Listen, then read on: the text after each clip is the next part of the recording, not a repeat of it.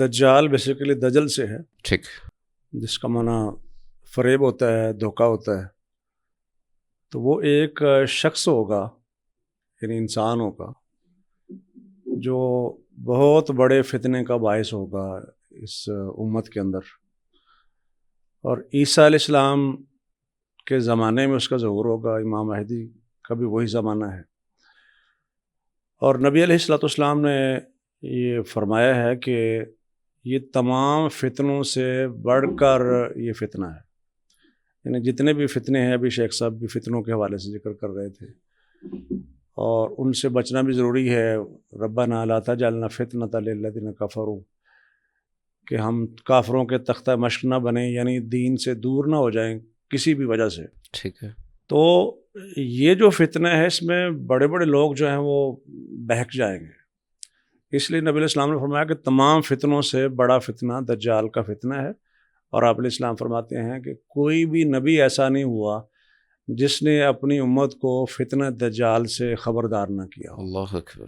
البتہ یہ کہ باقی جو انبیاء تھے علیہم الصلاۃ والسلام، وہ اپنی اپنی امتوں کو اس فتنے سے آگاہ تو کرتے رہے ہیں، لیکن کسی نے اس کے اوصاف بیان نہیں کیے کہ یعنی وہ کیسا ہوگا، اس کی کیفیت کیا ہوگی، کہاں سے نکلے گا، اور کس قسم کے لوگ اس کے خلاف ہوں گے، کس قسم کے لوگ اس کا ساتھ دیں گے.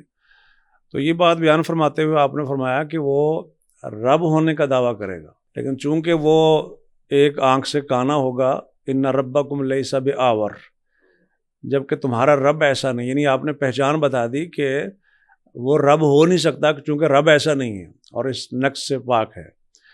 اسی طرح فرمایا کہ وہ یہ دعویٰ کرے گا کہ وہ اللہ کا رسول ہے. تو ظاہر ہے مسلمانوں کے پاس تو یہ تعلیم آ چکی ہے کہ خاتم النبیین والمرسلین کے بعد کوئی نیا نبی نہیں آئے گا. بالکل ٹھیک ہے. تو اگر کوئی شخص نبی ہونے کا دعویٰ کرتا ہے تو وہ دجال کی کیٹیگری میں آئے گا. بلکہ اس کی پیشگوئی بھی نبی علیہ السلام نے فرمائی ہے کہ میری امت میں 30 جھوٹے نبی ہوں گے.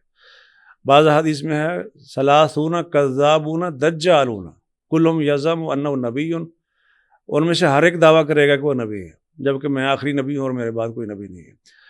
تو وہ بھی چونکہ جھوٹا نبی جو ہے وہ ایک غلط چیز کو صحیح قرار دے رہا ہوتا ہے، فراڈ کر رہا ہوتا ہے، دجل سے کام لے رہا ہوتا ہے، اس لیے اس کو بھی دجال کہا گیا. ٹھیک ہے. لیکن جس کو ہم دجال اکبر کہتے ہیں، جس کی علامات اور جس کے بارے میں نبی علیہ السلام نے بیان فرمایا کہ ہر نبی نے اس سے خبردار کیا ہے، ڈرایا ہے، تو اس سے مراد وہی ہے. باقی جو ہے وہ چونکہ اس طرح کا کام کرتے ہیں جس طرح کا وہ کام کرے گا، وجہ سے ہے، اس وجہ سے ان کو دجال کہا گیا ہے. بالکل صحیح. اس کے ساتھ ہے وہ مماثلت کی وجہ سے. باقی آپ علیہ السلام نے یہ بھی بتایا کہ وہ کتنی دیر رہے گا. احادیث میں اس کا ذکر ہے کہ وہ 40 دن تک یہاں سٹے کرے گا.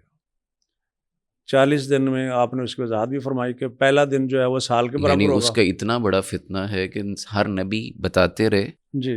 اور صرف 40 دن کا اس کے پاس ٹائم ہے. ہاں جی، 40 دن کی تھوڑی سی تفصیل بھی نبی علیہ السلام نے بیان فرمائی کہ پہلا دن جو ہے وہ 1 سال کے برابر ہوگا. ٹھیک ہے.